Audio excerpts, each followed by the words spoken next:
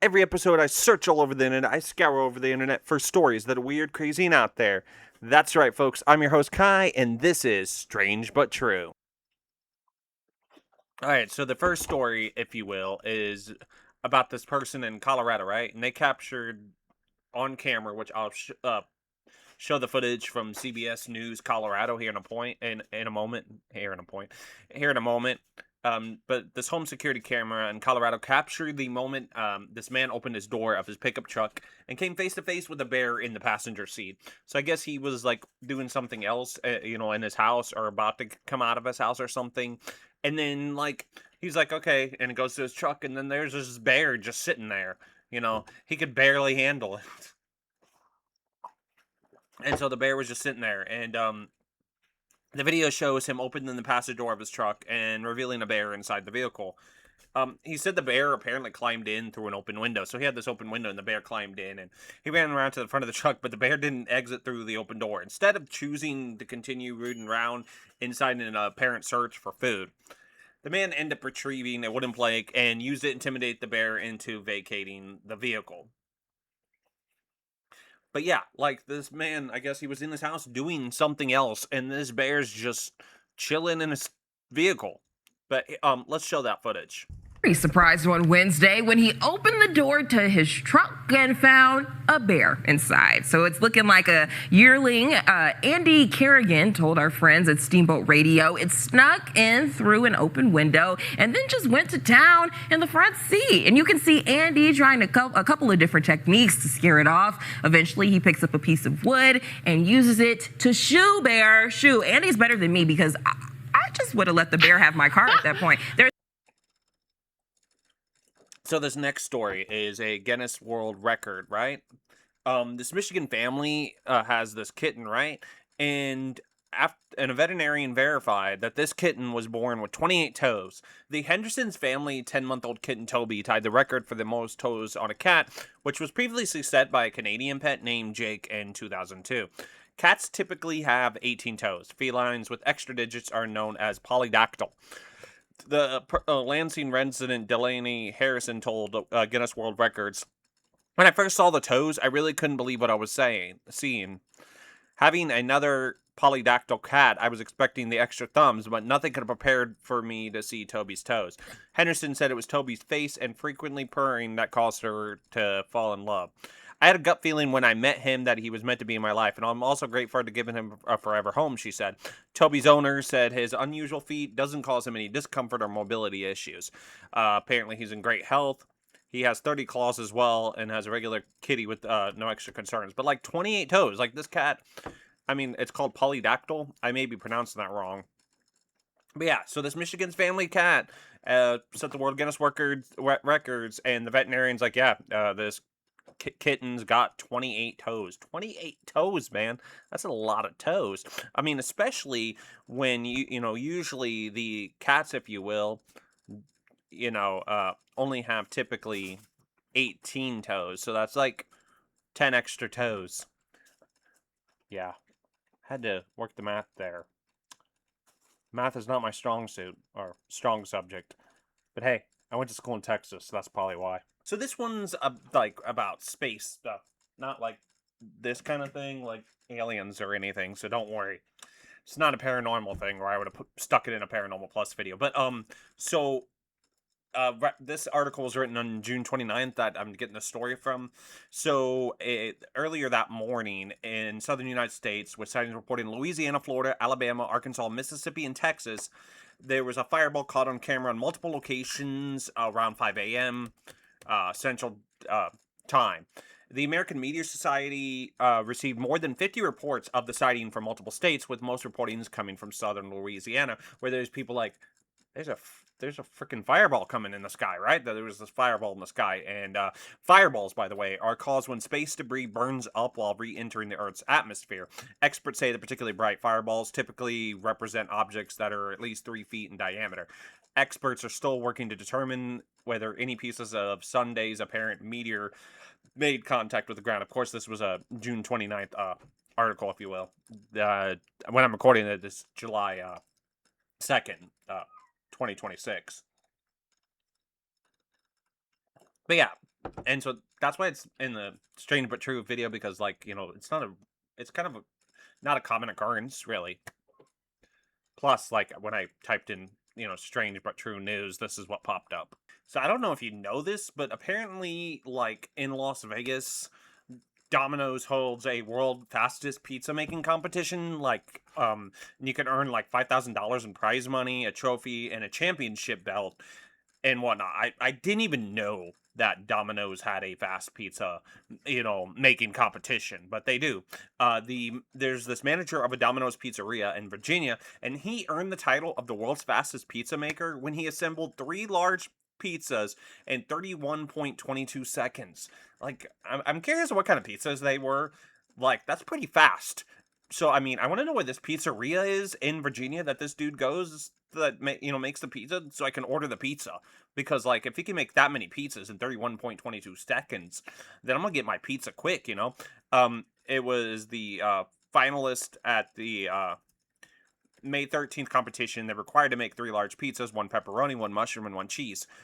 His pizzas passed an inspection examining how well he hand stretched the dough, spread the sauce, distributed toppings, earning him the title with the time of 31.22 seconds. So, I mean, it's not just, they can't just slap it together. There's, like, kind of a quality thing that has to be.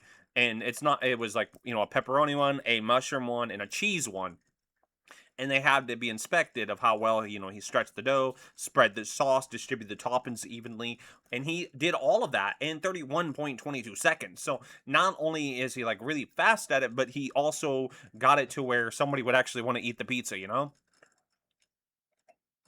He said the winning the title meant so much to him. He told in a news release, "This competition isn't just about speed. It's about delivering quality under pressure, just like we do in stores and every day. Years of hard work and practice went into this moment, and I'm incredibly proud of what I've accomplished. I'm especially grateful to my trainer and fellow competitor, Joe Burr, who helped me every step of the way, and I wouldn't even be here today without him." He got a start at Domino's when his sister hired him in high school. "Honestly, she didn't see me as a manager," he told WUSA TV, and now she's like, wow. Yes, I could see why she's like, wow, because that is amazing. The fact that he could do it in all those seconds with everything distributed evenly, past the quality inspection of being a good pizza, that's pretty amazing. This guy should definitely be proud of himself, and I really, really, really, really want to know what pizzeria of Domino's in Virginia so I can visit, because this guy is obviously awesome at pizza making. So this particular next story, this guy strangled his girlfriend, right? And while he was dumping her body, he had a heart attack. So Daniel Robbins, the area in Alabama where Daniel Robbins died from a heart attack while dumping the body of his girlfriend Jessica Folds after strangling her. He died of a heart attack while doing it, Fifth Judicial Circuit District Attorney Mike Surgis told uh, AL.com. I don't know what that is. About Daniel Robbins, 44, of Georgia, who killed his girlfriend Jessica Folds, 47, sometime in early June. Their bodies were right there together. Folds and Robin said they've been dating before their deaths, according to Georgia television station WTVM. The couple was found on June 10th around 12:30 p.m. after Chambers County Sheriff deputies were detached to an area along County Road 86 in Lanett to investigate an abandoned vehicle. Upon arrival, deputies located a deceased white female and white male in a wooded area near the vehicle. The Alabama State Bureau of Investigation was called to investigate, and their bodies were transported to the Alabama Department of Forensic Science for autopsy to determine their cause of death. Based on the investigation, the female victim was strangled, and it appears the male was attempting to dispose of the body in a remote location. And then he had a heart attack. Like, that's just, like, completely ironic. And, like, he probably thought he was going to get away with, like, killing his girlfriend, right? And then he dies from a heart attack while disposing of her body. Like, he thought he was scot-free, right? He was like, yes, I got away with it, right? Nobody's ever gonna find her. I'm gonna abandon her body here in this park, right? And then he dies from a heart attack. That is irony. Not only is irony, but it might be justice. Like, the universe said, nah, buddy. And he dies from a heart attack. The abandoned vehicle that the police found was still running when the deputies arrived on the scene. The driver's side door was open and the tailgate was down, according to Seagrass. There were drag marks found in the dirt from the truck to the location with woods. Investigators believe he was in the middle of moving her body and attempting to dump it when he collapsed in the fatal heart attack. His ex-wife told WTVM that he had a pre-existing heart condition. Like, he had a pre-existing heart condition, and he's, like, going around strangling people and, like, disposing of their body and thinking nothing's gonna happen. Like, I don't know if this man was religious, but if it was, you'd think that he would not do this because that God might just kill him. According to Nelson, Folds was found with her hands raised overhead while Robbins was in a fetal position. So I guess maybe the reason he was in a fetal position is he like started having a heart attack and he like curls up in the fetal position and then he just dies. But yeah, that's why this isn't a strange but true video, because it's like really strange that he like died as he was disposing of his girlfriend's, body and whatnot. He probably thought he was gonna get away with it, and instead he just fucking croaks. Serves the son of a bitch right, if you ask me. Apparently Batman is real and he's in Mexico. So in Mexico, this Batman vigilante is wanted for chasing down suspected thieves and taping them to lampposts.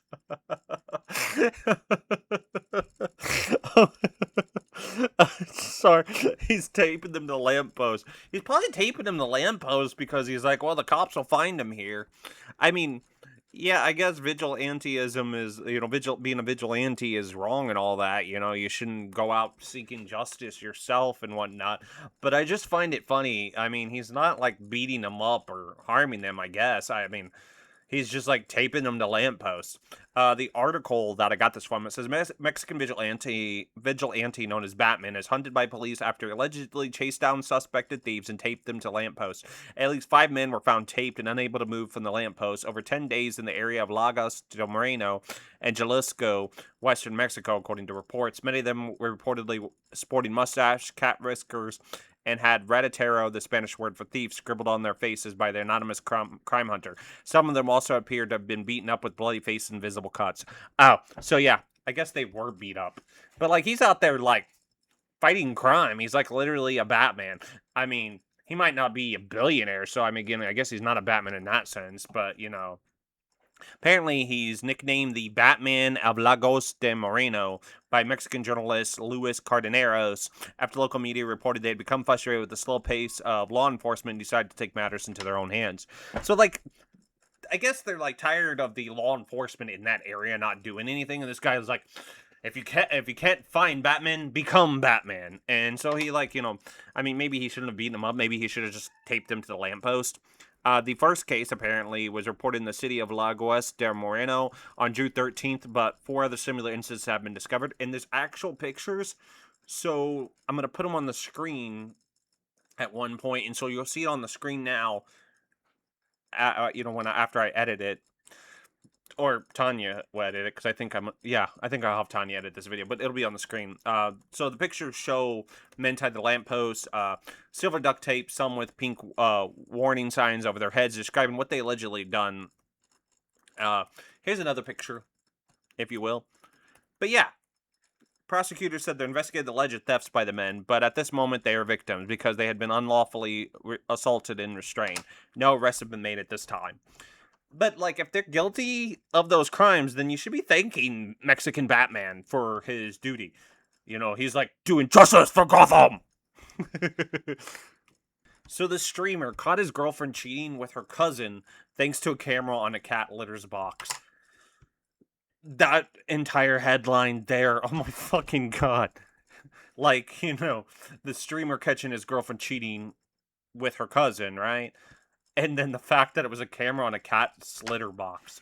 Who puts a camera on a cat's litter box? Why is that even a thing? And then, like, she's cheating on her man with her own cousin. What the fuck is wrong with people? So, like, the article says that this Twitch streamer, I'm Not Kenneth, revealed he caught his girlfriend of 2 years cheating on him with her own cousin using the camera inside their $900 Litter Robot 5 Pro. You spend $900 on a litter box? Why did you spend $900 on a litter box? You can go to, like, Walmart, buy a cheap-ass one for a lot cheaper and save yourself, like, $800 or $700, like, a lot of freaking money. Why do you need a $900 litter box? I don't understand rich people. I really don't understand rich people.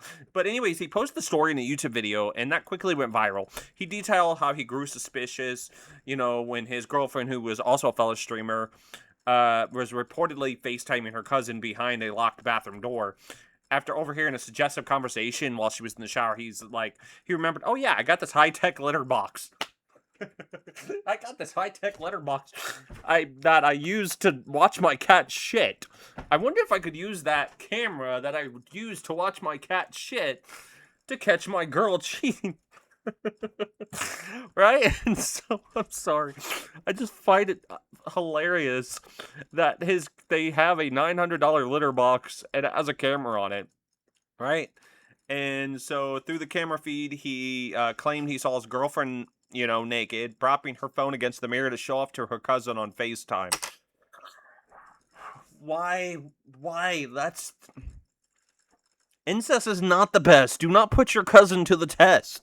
Don't put any of your relatives to the test. They share the same blood. What the fuck is wrong with people? So he didn't confront her immediately, right? He asked for her phone and walked to his room and locked it. And there's audio from the video captures her banging on the door, repeating, for him to open the door, right? He goes through her recently deleted iMessages, Snapchat, Notes app, where he found explicit photos and describing the cousin as boyfriend material. Your cousin is not boyfriend material. That's your cousin. That's cousin material. What is wrong with people? This is why aliens don't visit us, people.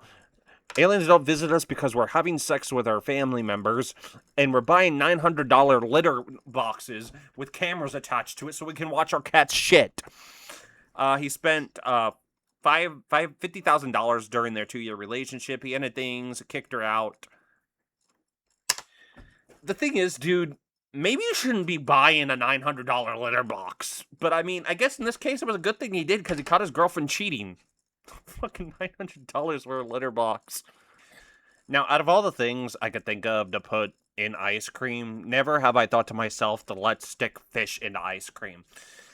Apparently, Machino Iki Yamada, I could be pronounced that wrong. If I am, I'm sorry about that. A roadside diner in Japan's Laiwite Prefecture recently went viral for a dessert oyster-infused soft-serve ice cream topped with soy sauce. Oh my god, it's topped with soy sauce. Why? Like, out of all the things I could think of to put in ice cream, oysters and soy sauce is not what I would think to do so. Why? According to the article, the combination of milky soft serve ice cream with fresh oysters is what it has in it, right? And it doesn't sound like a match made in heaven. Of course it doesn't sound like a match made in heaven. It sounds like a match made in hell. But those who have tried it claim that it's definitely worth a try. No, it's not. It's not definitely worth a try. Don't put fish in the ice cream. Don't put fish on pizza. Like, no. Why?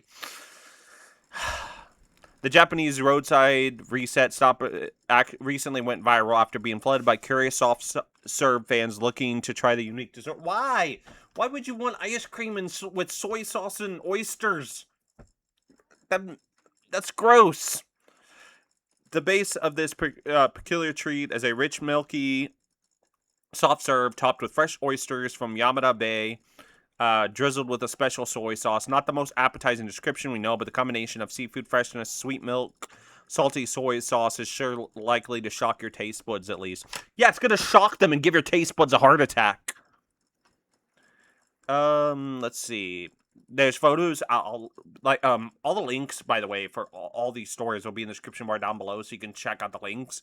So you can see the photos and apparently clips of people trying the oyster-infused soft-serve ice creams. Oh, it says it showed up on social media, so you can't see it, but you can see some of the pictures of it. People couldn't contain their surprise, with many declaring themselves convinced that the dessert was created by AI and not a real thing. I could see why they were like, this must be AI. This can't be real. Because who would think to put oysters into the ice cream and then covered that with soy sauce. And like, no, you would think out of all the weirdest combinations you come up with, nobody would try this. I could see why they were thinking it's AI. This has gone beyond the realm of desserts, one person commented on X. Yeah, the creativity of the Japanese knows no bounds. Apparently, yeah, there is no bounds. There is no line they won't cross. If you ask me, I'm just not going to eat fish in my ice cream. I'll just stick to the classics. You know, things that are dessert-like. I mean, call me closed-minded. So have you ever thought to yourself, I want to build my own car, but I don't want to just build it out of anything. I want to build it out of Legos. But apparently that is a thing. This sports car is a body made of 328,000 Lego pieces, and it sets a new speed record, apparently. To celebrate its new Technic Koenigsegg Sadar spear set, Lego built a real-life version of it out of nearly 328,000 Lego Technic elements and had Kosing test driver Marcus Lund take it out for a spin at the Goodwood hill climb circuit. Obviously designed as a publicity stunt, the unique event also set a new record for the world's fastest Lego car, more than doubling the previous record, 500 kilometers an hour. The real-life Satyr Spear is nothing short of a technical wonder. It took a team of Lego builders no less than 9,400 hours to put together and turned out incredibly realistic that in motion it reads as a real Koenigsegg rather than a plastic brick sculpture. I'll show the picture on the screen now. There's the picture of the Lego car. They say that this was the most complex build in the least amount of time of all the Lego Technic cars. Lego's design lead, Lubar Zelinki, told Top Gear. The brief called for a Lego Technic vehicle that could go very fast, so we set a target of 100 kph or 62 miles per hour. We started talking about last summer, but we didn't really begin work until October. The whole project was 7.5 months. The other was to incorporate Koenig's famous ghost mode, so this is the first time we have to set so many opening body panels on a full-size build. It's not just a model, it's a vehicle. The entire car weighs 1,800 kilograms or 4,000 pounds, 400 kilograms or 881 pounds, of which are plastic Lego elements. Underneath the intricate Lego body are a bespoke metal chassis, an FIA spec roll cage, Koenigsegg carbon wheels, and a proper suspension system. Unlike the real Satyr Spear, the Lego vehicle is powered by a small electric motor that proved powerful enough to push the car to 111 kilometers an hour. That is amazing. Like, and you saw the picture and you heard those stats and whatnot. Like, this car is amazing. They said their ambition was to create the most advanced Lego Technic build they've ever produced. It's just, that is cool. Like, it's in the strange but true, because I was like, whoa, that is strange that they were able to do this. But it's, like, amazing. So it's, like, strange in a good way. But, you know, tell me what you think of in the comment section of this particular story or any of the other stories we've done so far in this video. So have you ever, you know how you can like create chainmail, right? And a lot of people like wear chainmail, you know, for like cosplay and stuff. But like nobody really, you know, actually, oops, I didn't mean to move my mic there. But nobody actually like uses chainmail in the original sense that people used to use chainmail for. Well, this Austrian farmer spent 3 years creating chainmail to protect his sheep from wolves.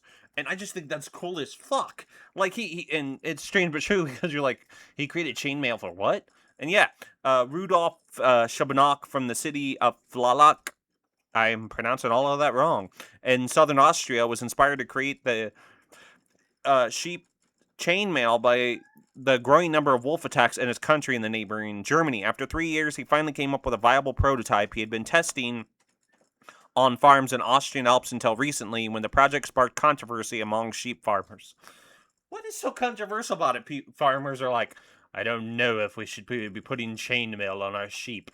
I mean, maybe it like affects the wool having chainmail on it. I don't know, but it's like in the strange but true video, because I was like, he's doing what? He created chainmail for the sheep. I bet that wolf, you know, any of the wolves will like think twice before attacking any sheep. His idea was simple. Came up with a type of armor that could protect the sheep from wolf bites while allowing it to move around and feed freely. He came up with a light plastic net covered in sharp spikes that he claims would cause enough pain to the wolf to discourage from taking another bite. Wolf is an intelligent animal. I don't believe it would bite a sheep a second time, the inventor told Austrian reporters. Yeah, I don't think it would. Like, just imagine the wolf's like, haha, I'm about to get my meal, right? And he goes to bite into it, and he's like, oh, what the fuck? So, yeah, that's why it's in this strange but true video.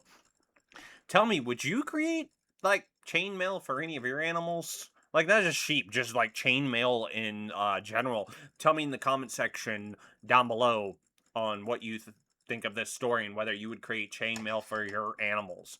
I mean, I don't see why not. Just imagine, like, you know, walking your dog and the dog has chainmail. That would look pretty badass. So anyways, that's all we have time for this strange but true video, which I think is like the final episode for the 6th season or 5th season, whatever season we're on of strange but true, because there's like a lot of videos, if you will, like I think 120 after this video that there is.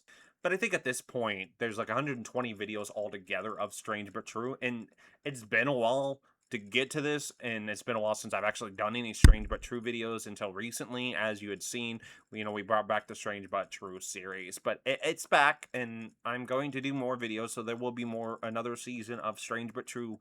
You know, that is the plan. If you like this kind of content and you want to see more strange but true content, make sure you hit that subscribe button and that notification bell to be notified of future strange but true videos here on Bizarre Ones. Later on this month, there is going to be another Bizarre Ones episode podcast, if you will. That will also be in the description bar down below, just in case you haven't seen listened to the podcast and you'd like to listen to it. That will also be in the description bar down below, so you can check that out. Anyways, thank you for watching. I've been your host, Kai. Until next time, stay strange. I would like to begin with a poem in old-fashioned meter. Be good to us, and we'll be good to you. Be good to us, and we'll be good to you.